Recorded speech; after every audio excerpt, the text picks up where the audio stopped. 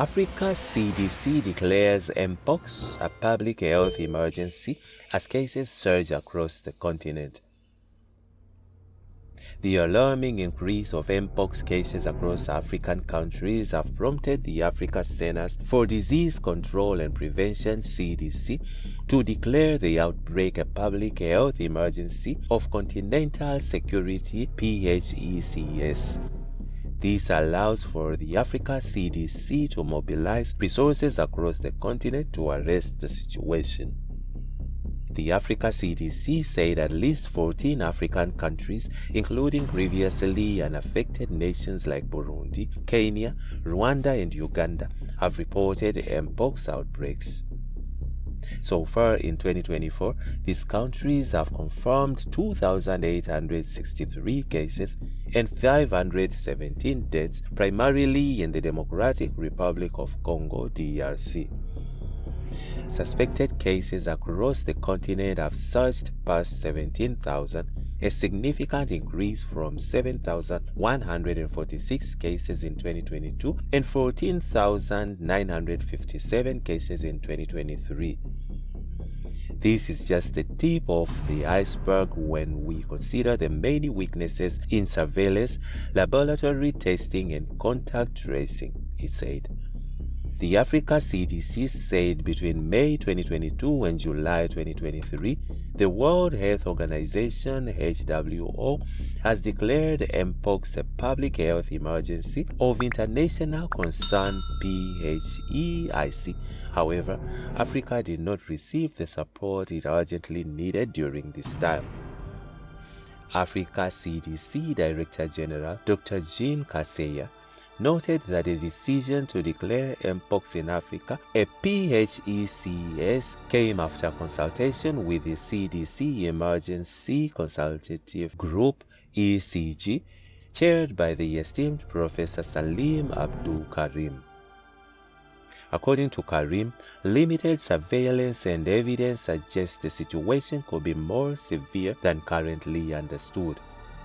According to the WHO, the latest available data, June 2024, shows a total of 934 new laboratory confirmed Mpox cases and 4 deaths across 26 countries. In South Africa, there have been 24 confirmed cases of Mpox, 12 in Gauteng, 11 in KwaZulu-Natal, and 1 on the Western Cape, with 3 deaths reported. The Department of Health in SA further confirmed that another batch of tecovirimat, also known as TB-XX, has been donated by the WHO as part of ongoing support to the country's response efforts to this preventable and manageable disease. What is Mpox? Mpox virus is transmitted through one person to another by close contact with lesions, sexual contact, body liquids, respiratory droplets, and contaminated materials such as beddings. The incubation period of Mpox is usually from 6 to 13 days but can range from 5 to 21 days. What are the symptoms of Mpox? Some of the common symptoms of Mpox include a rash which may last for 2 to 3 weeks, fever, headache, muscle aches, back pain, low energy, and swollen glands, which is lymph nodes. The painful rash looks like blisters or sores and can affect the face, palms and the hands, soles of the feet, groin, genitals, and/or anal regions. On the other hand, court orders deportation of Mozambican nationals who entered South Africa without passports. 16 Mozambican nationals who were intercepted while traveling in South Africa without documentation were ordered to be deported during sentencing by the Barberton Magistrates Court. Mpumalanga, spokesperson for the Directorate for Priority Crime Investigation, also known as the Hawks, Captain Dineo Lucy Sekotodi, said the group of 16 women was sentenced on Tuesday. The sentence followed after accused were arrested on Friday along the N4 next to Capmulden traveling with a taxi from Mozambique to Johannesburg in the Republic of South Africa without permits or passports, said Sekhotori. With the assistance of the legal aid, the accused was sentenced to 2,000 rand or 6 months imprisonment, wholly suspended for 5 years on condition that the accused are not convicted for similar offense during the period of suspension. The court further ordered that the Mozambican nationals, some with young children, be deported back to the neighboring country with immediate effect. Meanwhile, the case against 15 Mozambican men has been postponed to August 20 for legal aid representation. The accused remain in custody. Investigation continues, said Sekhotori. On Monday, IOL reported that 41 people, including 2 taxi drivers, a bakkie driver and 38 undocumented Mozambican nationals, appeared in the Barberton Magistrates Courts in Mpumalanga. At the time, the Hawks said the arrested people in the group are aged between 17 and 40. They were arrested on Friday, August 8, 2024, at about 8 p.m. at Kapmudden. The arrest followed after information was received from Crime Intelligence Unit regarding the 2 taxis which were transporting undocumented people from Mozambique to Johannesburg, Sekhotori said. Kapmudden SABS, Local Criminal Records Center and Border Police followed up on the information. The taxis were spotted, stopped and searched at N4 next to Kapmudden, Mpumalanga, she said.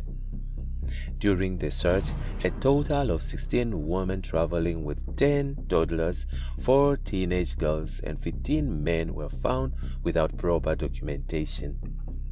Meanwhile, U.S. remains optimistic as Israel-Hamas ceasefire talks set to resume with Qatar's mediation.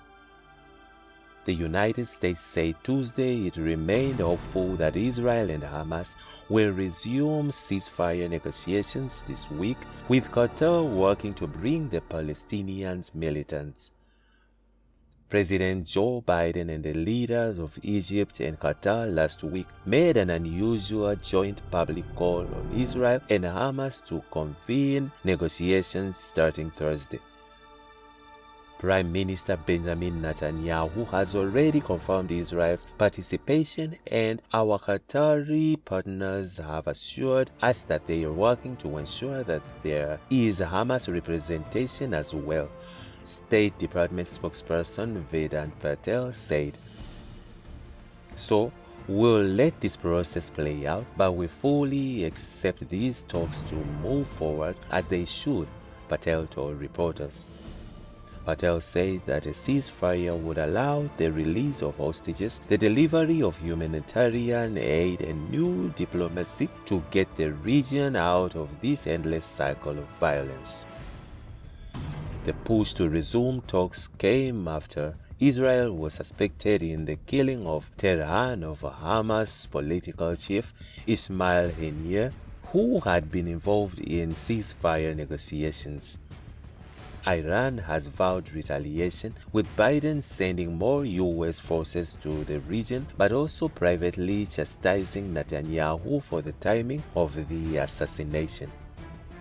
The New York Times, quoting negotiating documents, reported Tuesday that Israel had also hardened some positions, including insisting on maintaining control of the borders between Gaza and Egypt. Patel declined comment on Israeli negotiating positions but said that Israeli officials have told the United States that they will be prepared to finalize the details for implementing the deal. And that's it from INJIBS Africa. Stay tuned to USA and political updates.